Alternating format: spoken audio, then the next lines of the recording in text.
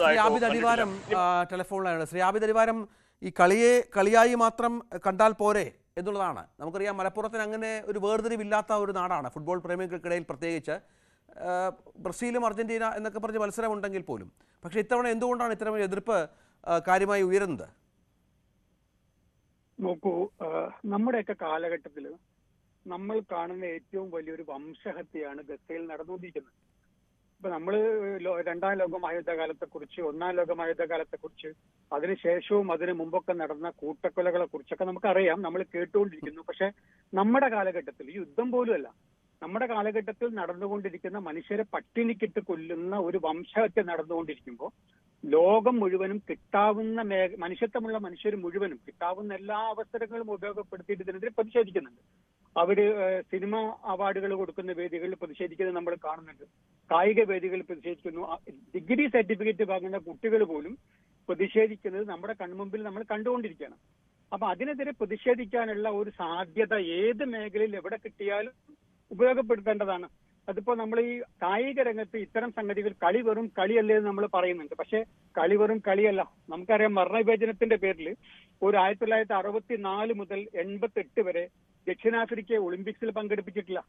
ഈ കഴിഞ്ഞ നമ്മുടെ 2022 ഫിഫ യുക്രൈൻ ആക്രമിച്ചതിന്റെ പേരിൽ റഷ്യയെ അവര് ഇതിൽ കളിയിൽ നിന്നും എല്ലാ കളികളിൽ നിന്നും മാറ്റി നിർത്തിയിട്ടുണ്ട്. അതേപോലെ സോവിയറ്റ് യൂണിയനിൽ നടന്ന അധിനിവേശം ഉണ്ടല്ലോ, ആ സോവിയറ്റ് യൂണിയൻ അഫ്ഗാനിൽ നടത്തിയ അധിനിവേശം, ആ അധിനിവേശത്തിന്റെ കാലത്ത് നടന്ന മോസ്കോയിൽ നടന്ന ഒളിമ്പിക്സിൽ അമേരിക്ക ഉൾപ്പെടെ 60ഓളം രാജ്യങ്ങൾ പങ്കെടുത്തിട്ടില്ല. അപ്പൊ കളികൾ മാത്രം വെറും കളികളല്ല, ലോകത്ത് നടന്നുകൊണ്ടിരിക്കുന്ന എല്ലാ അവസരങ്ങളും ഉപയോഗപ്പെടുത്തിക്കൊണ്ട് ഗസയിൽ നടക്കുന്ന ചരിത്രത്തിൽ തുല്യതയില്ലാത്ത വംശഹത്യക്കെതിരെ പ്രതിഷേധിക്കേണ്ടതുണ്ട്. ഇപ്പം മലപ്പുറം എന്നല്ല, കേരളം മൊത്തം നമുക്കറിയാം. ഒരുപക്ഷെ അർജന്റീന കഴിഞ്ഞാൽ അർജന്റീനയുടെ പൊടി ഏറ്റവും അധികം പാടി പറക്കുന്ന ഭൂമിക ഒരു പക്ഷേ നമ്മുടെ കേരളമാണ്. അപ്പൊ ഇവിടെ സ്വാഭാവികമായിട്ടും അർജന്റീന ടീം വരട്ടെ, അവർ വരുന്നതിനെ തടയണം എന്നല്ല, പക്ഷെ അവർ വരുന്ന സമയത്തും അതിനു മുമ്പും അർജന്റീനയ്ക്ക് വേണ്ടി എങ്ങനെ ഫ്ലക്സുകൾ ഉയർന്നോ അതേപോലെ ലോകത്തെ 142ഓളം രാജ്യങ്ങൾ, ഇന്ത്യ അടക്കമുള്ള രാജ്യങ്ങൾ ഫലസ്തീന് ഒരു സ്വതന്ത്ര രാജ്യത്തിന്റെ പദവി കൊടുക്കണം എന്നാവശ്യപ്പെട്ടുകൊണ്ട് വന്ന പ്രമേയത്തെ പിന്തുണച്ചപ്പോ അതിനെ എതിർത്ത അപൂർവം രാജ്യങ്ങളിലൊന്നാണ് അർജന്റീന. അപ്പൊ ആ അർജന്റീനയെ പ്രതിഷേധം അറിയിക്കാനുള്ള സന്ദർഭമായിട്ട് അർജന്റീന ടീം ഇന്ത്യയിലേക്ക് വരുന്ന അവസരം നമ്മൾ ഉപയോഗപ്പെടുത്തണം. അത് നമ്മുടെ ഒരു മനുഷ്യത്വപരമായിട്ട് ഈ ലോകത്ത് ജീവിക്കുന്ന മനുഷ്യരുടെ ബാധ്യതയാണ്. ഇസ്രായേലിന്റെ കൂടെ നിൽക്കുന്ന ആളുകളെയും ഇത്തരം ഒരു സന്ദർഭങ്ങളിൽ നമ്മുടെ വികാരം, അതായത് ലോകത്തിന്റെ വികാരം മനുഷ്യപക്ഷത്ത് നിന്നുകൊണ്ട് അവരെ കാണിക്കേണ്ട ഒരു ബാധ്യത നമുക്കുണ്ട്. അത് നമ്മൾ ചെയ്യണം എന്നാണ് പറയുന്നത്. ഈ ഇങ്ങനൊരു നമുക്കറിയാം, അർജന്റീന പോലെയുള്ള ടീം, പ്രത്യേകിച്ച് മെസ്സിയൊക്കെയാണത്, ഒരുപാട് നാളത്തെ ശ്രമങ്ങൾക്ക് ശേഷമാണ് അവരെ ഇങ്ങോട്ടേക്ക് എത്തിക്കാൻ സാധിക്കുന്നത് എന്നുള്ളതാണ്. അപ്പോൾ ഇത്തരത്തിലുള്ള ചർച്ചകൾ കേരളത്തിൽ നടക്കുന്നു എന്നുള്ള സൂചനകൾ വന്നാൽ ഒരുപക്ഷെ ഗാലറിയിലൊക്കെ അത്തരം പ്രതിഷേധങ്ങൾ ഉണ്ടാകുമെന്നും ബാനറുകൾ ഉയരുമെന്നുള്ള വിവരങ്ങളൊക്കെ പുറത്തേക്ക് വന്നാൽ, ചർച്ചയായാൽ അവരുടെ വരവ് തന്നെ ഒരുപക്ഷെ അവർ വേണ്ടെന്ന് വെച്ചേക്കാം. ശ്രീ അബീദ്, ഗാലറിയിൽ അങ്ങനെ പ്രതിഷേധം ഉയരണം.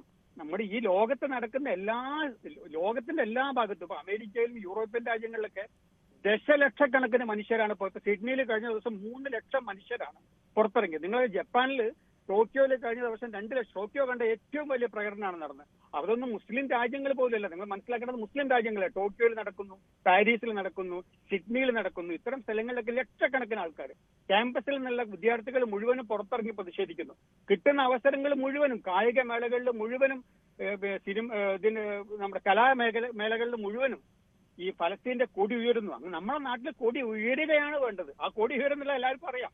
ഇപ്പോ അർജന്റീനയുടെ ടീം എവിടെങ്കിലും പോകുന്നുണ്ടെങ്കിൽ, ഇനി ഇത്തരം ഈ ഒരു കേരളത്തിന് ഈ ഒരു വിഷയം ഇല്ലെങ്കിൽ പോലും, അല്ലെങ്കിൽ അവർ വോട്ട് ചെയ്ത ഒരു വിഷയം ഇല്ലെങ്കിൽ പോലും, ഏത് കളി നടക്കുന്ന സ്ഥലങ്ങളിലും ജനശ്രദ്ധ വരുന്ന എല്ലാ മേഖലകളിലും ഫലസ്തീന്റെ കൊടി ഉയരും. ഫലസ്തീനിലെ ഗസയിലെ ആളുകൾക്ക് വേണ്ടിയിട്ട് ബാനർ ഉയരും. അങ്ങനെ ബാനർ ഉയരണം. അങ്ങനെ ഒരു ബാനർ ഉയരുമെന്ന് കരുതിയിട്ട് അവർ വരാതിരിക്കാനുള്ള ഒരു സാഹചര്യമൊന്നും ഇല്ല. അവർക്ക് പൈസ അവർക്ക് കൊടുക്കാന്നുള്ള കാശ് കൊടുത്താൽ അവർ വരും. അവർക്ക് മറ്റു രാഷ്ട്രീയമൊന്നും ഉണ്ടാവേണ്ട സാധ്യതയില്ല. പക്ഷേ അവർ വരികയും ആളുകൾ കൂടുകയും ചെയ്യുന്ന ഗാലറിയിൽ നമ്മൾ മനുഷ്യപക്ഷത്ത് നിന്നുകൊണ്ട് ലോകത്തെ മുഴുവൻ ജനങ്ങളും കാണിക്കുന്ന അതേ വികാരം നമ്മളും കാണിക്കുകയും ഗസയ്ക്ക് വേണ്ടിയിട്ട് നമ്മൾ ഫലസ്തീന്റെ പതാക ഉയരുകയും ഇവർ പട്ടിണിക്കിട്ട് കൊന്നുകൊണ്ടിരിക്കുന്ന പിഞ്ചു കുഞ്ഞുങ്ങൾക്ക് വേണ്ടിയിട്ട് നമ്മൾ മുദ്രാവാക്യം മുഴക്കുകയും അതിനുള്ള അവസരമായിട്ട് ഇതിനെ ഉപയോഗപ്പെടുത്തുകയും ലോകത്തെ നമ്മുടെ പ്രതിഷേധം കാണിക്കുകയും വേണം. ശരി, തുടരുക. ശ്രീ സാലി കൂടി